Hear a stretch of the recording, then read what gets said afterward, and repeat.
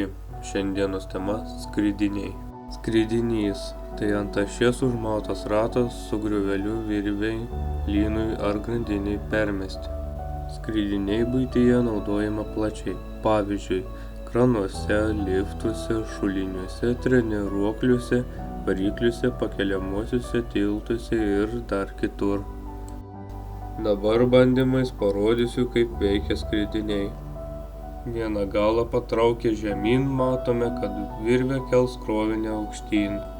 Iš pirmojo bandymo matome, kad lygios jėgos F lygų P viena kitą atsveria, jeigu nekreiptume dėmesio į trintį, kuri čia labai maža.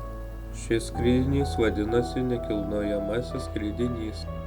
Antrame bandyme matome, kad skraidinys nieko neįtvirtintas, kyla kartu su pasvarais.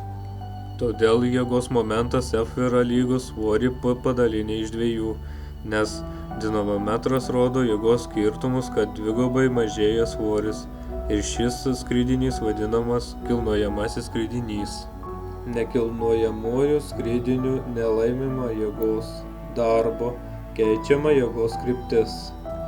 Kilnojamuoju skraidiniu laimima jėgos, nelaimima darbo, pralaimima kelio.